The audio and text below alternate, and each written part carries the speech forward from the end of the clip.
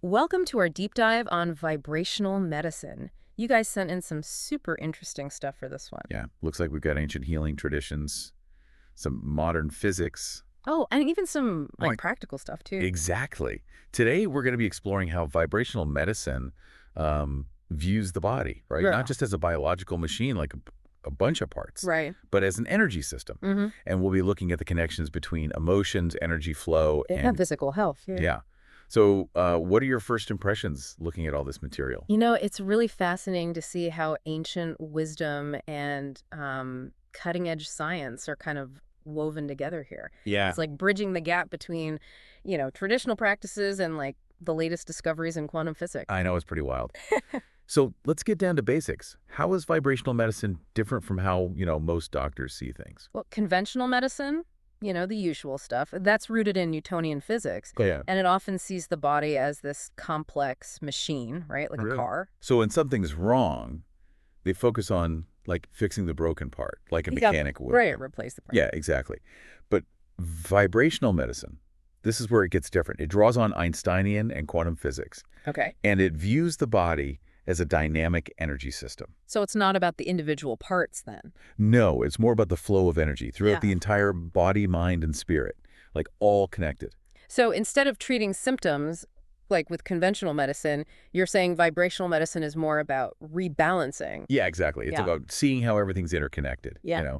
and getting to the root cause of Yeah. the imbalance, not just masking the symptoms. I see. Yeah. That makes sense. But is there any science behind this? Oh, yeah, there's a lot of really interesting research, even something as simple as digestion. Yeah. Relies on all these electrical signals for communication and control. Huh. It's pretty amazing, actually. Like specialized pacemaker cells in your gut, they send out these coded electrical signals to the intestinal muscles, so your food moves properly. Wow. I never thought of digestion as an electrical process. Right. It's fascinating. Yeah. And it's not just digestion either. There's research showing that cells even use light to communicate. What? Yeah. They did studies where they put cells in separate dishes, right? Yeah. Made of quartz. And they found that the cells could transmit a, quote, death message through ultraviolet light. Cells. Talking with light. That's crazy. I'll admit, when I first heard about vibrational medicine, I was like, what? Sure. But now starting to see how our bodies are just buzzing with energy, communicating on all these levels we don't even realize. Absolutely. And that leads us to the idea of subtle bodies. Okay. These are basically like invisible energy templates, right? Okay. They surround and interpenetrate your physical body. Okay. And they basically act as blueprints, influencing your physical health, your well-being, the whole thing. Wait, so we're talking energy fields. Yeah. Beyond the physical body, that can affect our health. Yeah, exactly. The first one is the etheric body. It's like an energetic duplicate of you, like the same shape, but it vibrates at a higher frequency, and it acts as a blueprint. For the physical body. Yep, affecting its health and how much, vitality it has. So if the etheric body is the blueprint, what about the other ones? What do they do? Well, the astral body, for example, that's all about your emotions. It's got this magnetic quality. Magnetic. Meaning that your thoughts, your feelings, they actually attract similar energies. Oh, so if I'm always thinking negative thoughts, Right. I'm going to attract more negativity. That's the idea. These thought patterns create what are called thought forms. They're like energy structures, like magnets. Yeah. And they pull in the same kind of energy. And that can affect your health. So being stressed all the time, being negative. That disrupts the flow, yeah. Yeah, it can actually mess with your energy. Exactly. Think of your chakras, for instance. Those are the energy centers. Yeah, the spinning wheels of energy along your spine. If they get blocked, it's like throwing a wrench in the gears. Okay, this is starting to make a little more sense now. But it's a lot to take in. It's totally different from how I used to think about health. It is a big shift, yeah. And then there's the higher self, which is thought to be connected to your intuition, your spiritual side. Yeah. It communicates through symbols, metaphors, Yeah. especially in dreams. Oh, interesting. So if I learn how to understand my dreams, I could connect with my higher self, get some guidance. Exactly. That's pretty cool. But, okay, so we've got all this energy flowing through us. Right. What can mess that up? What disrupts it? Well, one big thing is nutritional deficiencies, Mm. especially vitamins and minerals. Yeah. The trace minerals. Okay. They're super important for your cells to create energy. If you don't have enough, your cells just can't function right. Gotcha. So it's more than just eating your vegetables. Yeah. It's about making sure you get those specific nutrients. Exactly. because they impact your energy on a cellular level. Yeah. And even if you're eating healthy, things like chronic stress, toxins in the environment, even certain medications can deplete them. And then, bam, you've got an imbalance. So diet is huge. What about exercise? Where does that fit in? Oh, exercise is essential. Regular aerobic exercise, think of it like a tune-up for your whole system. Strengthens your heart, reduces stress, Okay. boosts your mood, even improves your bone density, which is especially important for, women after menopause. This is giving me a whole new perspective on how everything's connected, Physical, emotional, and energetic. It's wild. Absolutely. You mentioned acupuncture earlier. How does that work in this whole energy model? Right. So acupuncture is a cornerstone of traditional Chinese medicine, Yeah. and their whole system revolves around qi, this vital life force energy that flows through specific pathways in your body called meridians. Okay, so instead of blood vessels, we're talking about energy pathways. Exactly. And if those get blocked, you get sick. Exactly.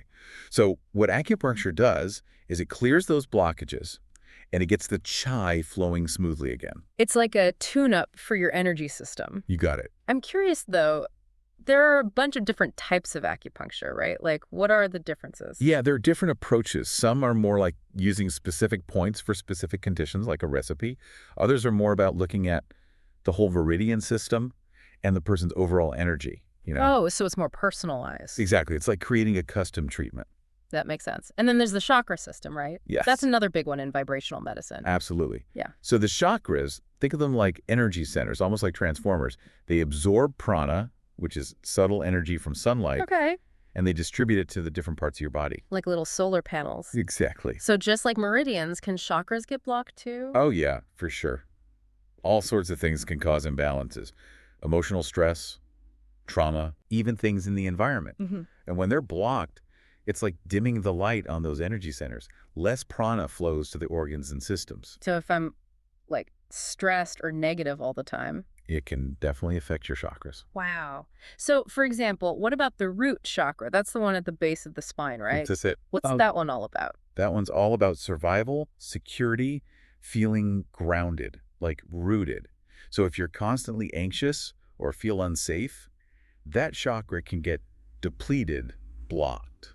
And what happens then? Oh, you can have all sorts of physical issues, lower back pain, digestive problems, all sorts of things. Each chakra has its own personality almost, It does, yeah. governing different parts of us. Exactly. And then there's the sacral chakra.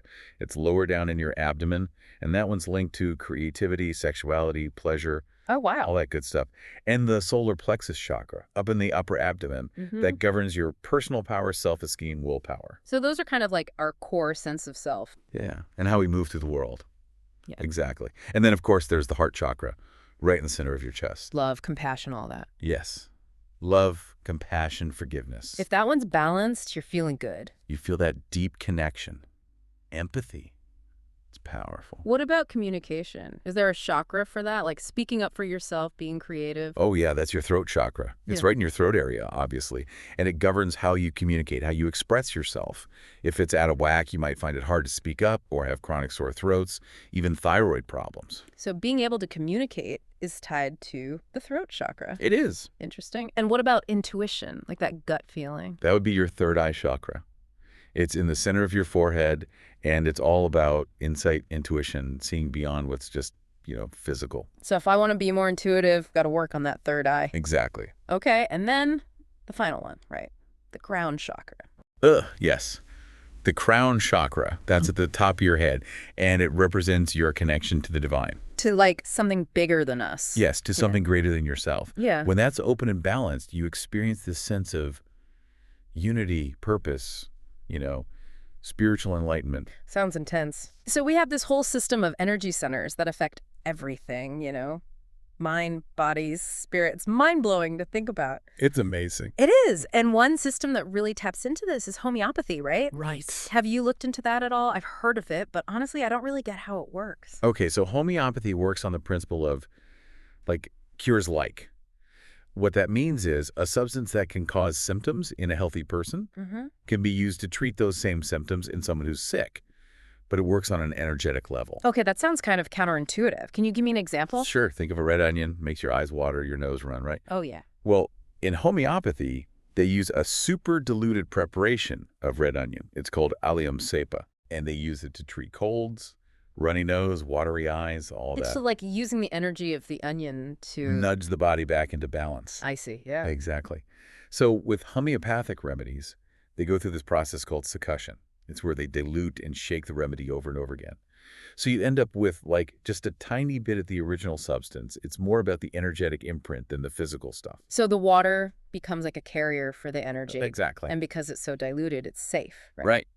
Generally considered very safe. No side effects. That's good. So it's not about suppressing the symptoms then. Not at all. It's about like boosting the body's natural healing. Exactly. It's a gentle approach, but it's very powerful. It works with the body's own intelligence. I'm starting to see how powerful this subtle energy stuff can be. So how do homeopaths know which remedy to use? It seems like it'd have to be super individualized. It is, very much so. Yeah. They take a detailed history, look at everything. Physical symptoms, mental and emotional states, lifestyle, the whole picture. Then they choose the remedy that best matches the person's like unique energetic pattern. It's like a custom energy prescription. Pretty much. Okay, so can you give me some examples, like common homeopathic remedies? Sure. One that's well known is arnica. It's made from a mountain daisy, Oh, okay. and it's often used for bruises, injuries, muscle soreness. It helps with inflammation and healing. Then there's belladonna, which is made from deadly nightshade, believe it or not. Oh, That's often used for fevers, sore throats, headaches. wow. Yeah, and if someone's grieving or really sad, in shock, there's ignatia that's made from the seeds of the St. Ignatius bean, and it can be really helpful. So homeopathy uses all sorts of things to address imbalances. It does. Wow. And it's all about that energetic signature, right? To help the body heal itself. We've got it. It's amazing how they deliver it, too. It's like these tiny pellets or little tablets or liquids. Yeah, you just put them under your tongue, absorbs right into your bloodstream. This is fascinating stuff. Okay, so we've talked about homeopathy, which is all about harnessing subtle energy. But you mentioned this other thing, too, electroacupuncture, according to Vol. Oh, yeah.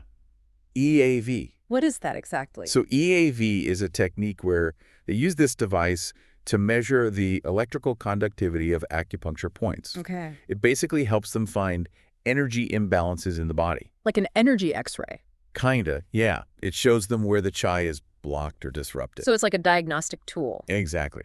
They can also use EAV to help them pick the right homeopathic remedy. To make sure the energy matches up. Exactly. This is next level stuff. Wow. I am amazed by how deep this goes, this whole world of vibrational medicine. And we've only just scratched the surface. I know. There's so much more to explore. Yeah, there's acupuncture for pain, plant-based therapies, even using light to heal. I am completely hooked. Let's take a quick break and then we'll jump back into this. Sounds good. All right, we're back, and I'm ready to dive into some of the practical applications of this vibrational medicine stuff, like acupuncture. I'm really curious about that, especially for pain. Yeah, it's definitely gaining more acceptance these days. Even the NIH is on board. I know. So how does it actually work for pain? Well, acupuncture has been used for centuries to help with pain.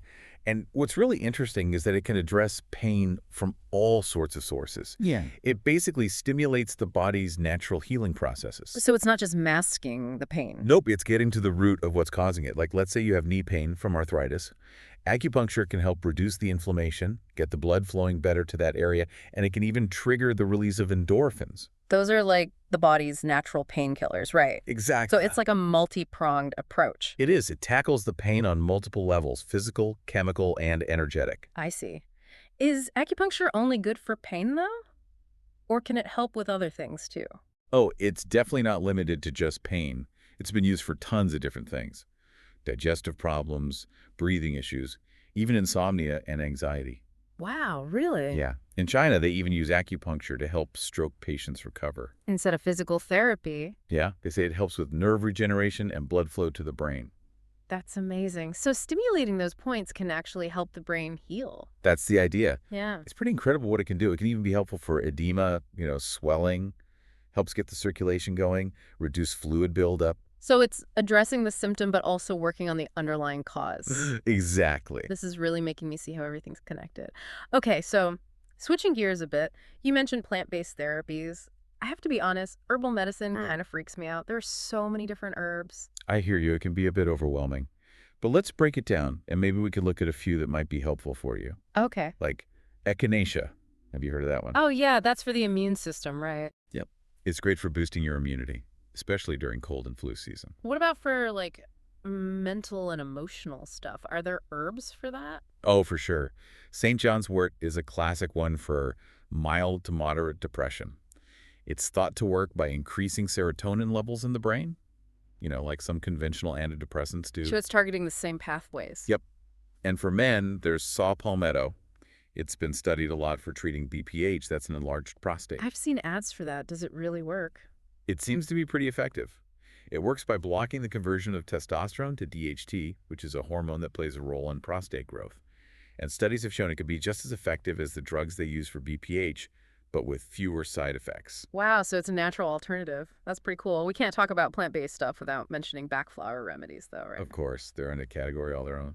Backflower remedies focus on the emotional and energetic root causes of illness. It's a system of 38 different flower essences, each one targeting a specific emotional state. So it's like emotional first aid. Exactly. You use the vibrational energy of the flowers to bring things back into balance. It's amazing how they can target emotions with energy. So, like, how do they actually use them? Can you give me some example? Like Mimulus, for example. It's for fear of known things, like say you're scared of public speaking or spiders. Mimulus can help with that. Mm. Then there's agrimony.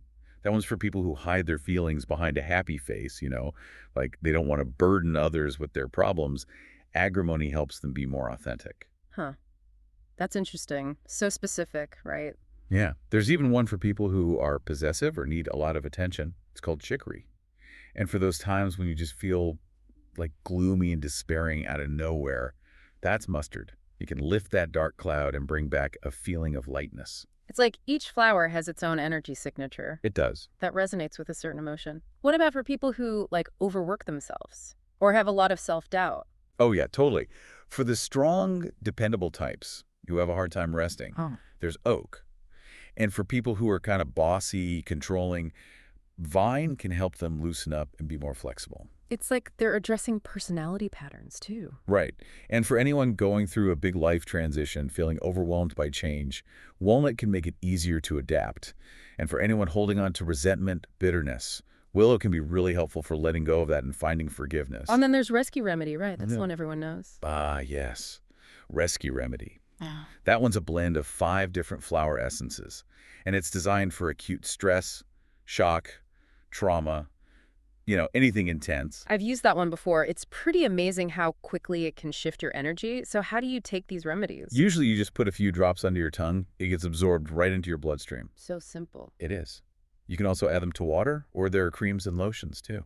Wow, so many options. So what about this Vita Florum therapy? It sounds like that combines flower essences with body work. Yeah, it does. It's a system that uses flower essences in lotions, salves, powders, and they apply them to specific zones on the skin, ones that are connected to the chakras and energy pathways. So it's like targeted energy healing. You got it. And a lot of times they use it with massage, chiropractic, acupuncture to make those treatments even more effective. It's incredible how all these things work together. This is giving me a whole new appreciation for how the body works. Okay, so we've talked a lot about the energy flowing inside us, but what about the energy all around us, like light? What role does that play in vibrational medicine? Oh, light is fundamental. It's a form of energy, and it's involved in every single biological process. Our bodies definitely have a relationship with light, like with our sleep cycles, right? Absolutely. Our circadian rhythms, they're controlled by the hypothalamus and the pineal gland in the brain. And they sync up with the cycles of day and night. Exactly. Yeah. But if those rhythms get disrupted, it can really mess things up. Sleep problems, hormone imbalances, immune issues, even your mood and energy levels. Makes sense. So it's important to get enough sunlight during the day and keep things dark at night for sleep. It is. And beyond that, light is actually used therapeutically in what's called color therapy. Oh, color therapy. I've heard of using colors to affect your mood, but how does it work for healing? Well, color therapy is based on the idea that different colors vibrate at different frequencies. And those frequencies can affect our bodies physically, emotionally, energetically. It's like vibrational communication, using light to restore balance. So each color has its own energy and it can interact with our own energy. Exactly. There are different techniques. One is called color puncture. They use these focused beams of colored light to stimulate acupuncture points. So instead of needles, you're using light. Yeah. Then there's full spectrum light therapy. That exposes the body to a broad range of light wavelengths like you'd get from natural sunlight. It's really helpful for people with seasonal affective disorder, the winter blues. Oh, that makes sense. It's like getting a dose of sunshine even when it's gloomy outside. Exactly. And there's also ocular light therapy that uses flashing lights of different colors to stimulate the eyes and brain. Flashing lights. For the brain, how does that work? Well, it's thought to influence brainwave activity and also stimulate the production of neurochemicals. So it can boost your mood, reduce anxiety, even improve how you think. Wow, so it's working on the brain on multiple levels. This is wild. I've always been fascinated by color psychology, but using actual light frequencies for healing, that's mind-blowing. So can you give me some examples of how they use specific colors? Sure. Like red, for example, is often used to stimulate circulation and boost energy levels. It's invigorating. Orange is good for digestion and creativity. Yellow is associated with mental clarity, and it can stimulate the nervous system. Green, as you can imagine, is very calming and balancing. It helps with healing and stress reduction. Blue is also calming and cooling, good for reducing inflammation and relaxing. It's funny how the colors we associate with certain emotions actually seem to have those effects on the body. It's really interesting, isn't it? Indigo is associated with intuition and spiritual awareness, so they often use it for meditation. Violet is very connected to spirituality, and it can help with finding peace and tranquility. It's like we're moving up the color spectrum into more subtle spiritual energies. What about purple and magenta? Purple is good for relaxation, sleep, lowering blood pressure, and magenta is all about emotional balance. It helps you let go of old patterns and embrace new beginnings. Wow, I have a whole new appreciation for color now. Okay, speaking of subtle energies, magnets. Ah, yes, magnets. Magnetotherapy, using magnets for healing, is another really fascinating area. So magnets create magnetic fields, and those fields can interact with the body's own electromagnetic fields. Okay. And that can affect a lot of things, like how your cells function. So how does it work? Is it like attracting the iron in your blood or something? Well, that's part of it, but it's not the whole story. The magnetic fields can affect how ions move across cell membranes, how active your enzymes are, and they can even stimulate endorphin production. So magnets can do a lot. They can. And the kind of magnet you use and where you place it can make a difference. Some therapists talk about the north and south poles of the magnet, and they say the north pole is more sedating, while the south pole is more stimulating. So it's like choosing the right tool for the job. Exactly. They've used magnets to treat all sorts of things: arthritis, back pain, headaches, insomnia, even to help wounds heal faster. It's pretty amazing what a simple magnet can do. Can you give me any specific examples? Sure. For arthritis, some people find that magnetic necklaces help with joint pain, probably because they improve blood flow and reduce inflammation. Interesting. And there's evidence that magnets can actually speed up bone healing, maybe by stimulating the growth of new bone cells. They've even used magnets to try to treat cancer, although that's still kind of controversial and needs more research. It's fascinating to think that something as simple as a magnet could have such powerful effects. Okay, now for something that always seems really mysterious to me, radionics. Radionics is definitely a fascinating one. It uses instruments to detect and manipulate subtle energy fields that are associated with health and illness. So it's like a combination of energy medicine and dowsing. Yeah, kind of. The idea is that everything has its own energy frequency, Yeah. and those frequencies can be detected and changed using radionic instruments. It's like they're tuning into the body's energy, finding the areas that are out of balance, and then sending healing frequencies to fix it. That sounds pretty high tech. How do those instruments actually work, though? Honestly, we don't fully understand it yet, but some people think they're basically amplifiers for the practitioner's intuition, allowing them to pick up on those subtle energies. So it's like giving them super senses. In a way, yeah. And they could use radionics for both diagnosis and treatment. This is like sci-fi stuff. It is pretty amazing. One of the most interesting techniques is called radionic imprinting. It's where they transfer the vibrational pattern of a substance like a homeopathic remedy or a flower essence into something neutral, like water or those little milk sugar tablets. So you're basically creating an energetic copy. Exactly. So you can transmit the healing properties without the physical substance itself. It's amazing how so much of this comes back to subtle energy. Yeah, it's definitely a theme. Okay, so let's move on to laying on of hands, healing and therapeutic touch. Right. I've always been curious about those. So both of those are forms of energy healing where the healer transfers their own bioenergy to the patient. It's tapping into that universal life force energy that's in all living things. It's like a direct energy transfer. Yeah, you could say that. And there's actually growing research on the biological effects of healing touch. They found that it can speed up enzyme activity, help plants grow faster, and even change the magnetic fields around healers. So there's scientific proof that something's happening, even if we can't see it. Exactly. And people use it for all sorts of things. Relaxation, pain relief, faster healing, just improving overall well-being. And it can help people connect with their own healing power. Like give them a boost. Yeah. So in therapeutic touch, they use a technique called hand scanning. The practitioner uses their hands to feel for imbalances or blockages in the patient's energy field. So they can actually feel it. That's the idea. And then they use their hands to direct energy to those areas and smooth things out. I've heard that therapeutic touch has been controversial, though. Yeah, there's been some misunderstanding about the research, especially about that hand scanning technique, but a lot of people still find it really beneficial, and the research is ongoing. It makes sense that there would be controversy. I mean, energy healing is still pretty new, and not a lot of people understand it. But anyway, this has been incredible so far. Yeah, we've covered a lot. I know. And it makes me realize that even though we've been talking about all these different therapies, we already have healing power within us. Exactly. We can tap into that and use it to heal ourselves. So what are some things I can do to connect with that power? Well, there are a lot of different practices that can help, like centering, where you quiet your mind and focus your attention. You can do that through meditation, breathing exercises, even just spending time in nature. Then there's grounding, where you connect with the earth's energy, walking barefoot on the grass, or even just visualizing roots growing from your feet down into the earth. Those are good ones. And then there's protection. That's all about creating energetic boundaries, like a shield of light around you to deflect negativity. So creating a sense of peace, connecting with nature, and setting boundaries. Exactly. Those are all important for tapping into your own healing abilities. And don't forget about your higher self, that wise part of you that can give you guidance. You can connect with that through prayer, meditation, journaling, anything that helps you tune into your inner voice. And finally, the heart-to-heart connection, connecting with yourself and with others from a place of love, compassion, forgiveness. That's incredibly healing. Let those energies flow freely within you and out into the world.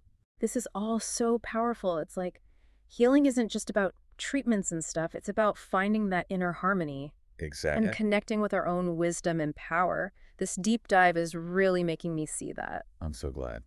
Vibrational medicine is all about self-discovery and realizing that you have the power to heal yourself. This has been amazing. We've learned so much. Ancient traditions, cutting-edge stuff. Vibrational medicine is a whole world of possibilities. It really is. And honestly, we've only just scratched the surface. I know. There's still so much more to learn. But the most important thing to remember is that you have the power to heal yourself. Vibrational medicine just gives you the framework, the tools. The journey is yours. That's really empowering. Thank you so much for sharing all this incredible knowledge. I'm excited to keep exploring these ideas. It's been my pleasure. Remember, healing is a journey, and it's never over. Trust your intuition and keep exploring that amazing power within you. That's great advice. We'll be back in a bit to continue our exploration, so stay tuned. Okay, we're back. And my head is spinning after all that. Light, color, magnets. It's amazing to think those things can actually help us heal. Yeah, it's a whole different way of looking at things, isn't it? But, beyond all the different techniques and tools, there's one thing that's really important in vibrational medicine. What's that? Intention. Oh, interesting. So, like, our mindset actually affects how well these things work. It's huge. Yeah. It's like you're setting the destination on your internal GPS. If you don't have a clear intention, your energy is just going to be all over the place. So you can't just passively receive a treatment. You have to Yeah. be an active participant. Exactly. Your mind is incredibly powerful. What you think, what you believe, it affects your reality. That's kind of scary, but also really cool. It means we have more control than we think, but we also have to be responsible for creating a healing mindset. I agree. So how do we actually do that?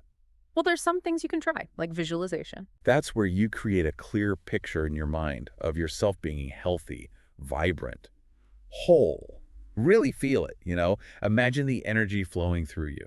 Like you're creating a blueprint for your body to follow. Exactly. And the more detail you can put into it, the more powerful it is. Affirmations are good too. Those are positive statements you repeat to yourself. Oh, yeah, I've heard of those. They basically reprogram your subconscious mind with positive beliefs. You're focusing on what you want, what's possible, instead of dwelling on the negative. It's like changing the story you're telling yourself. Exactly. And then, of course, there's prayer. That can be really powerful for aligning your intentions with your healing goals. It's about surrendering to something bigger than yourself, asking for guidance and support. Yeah, there's something about prayer that's really humbling, like admitting that we don't have all the answers I agree. and that we need help sometimes. As we wrap up this deep dive, the thing that really stands out to me is how interconnected everything is. Our mind, body, and spirit, our connection to nature, all these unseen energies around us. It is pretty amazing. Vibrational medicine shows us that we're not just separate beings. We're part of something much bigger. And when we understand that, it opens up a whole world of healing possibilities. This has been such an eye-opening experience. I feel like I have a completely new understanding of health now. That's wonderful. And remember, you have the power to heal yourself. Vibrational medicine gives you tools, a framework, but ultimately, the journey is yours. That's a really empowering message. Thank you so much for guiding us through this. I'm excited to keep learning more about all of this. It's been my pleasure. Just remember, the journey of healing and self-discovery never really ends. Trust your intuition and keep exploring that incredible power within you. That's great advice. And thanks to all of you for joining us for this deep dive into vibrational medicine. We hope you learned something new and that you'll keep exploring this fascinating world with us.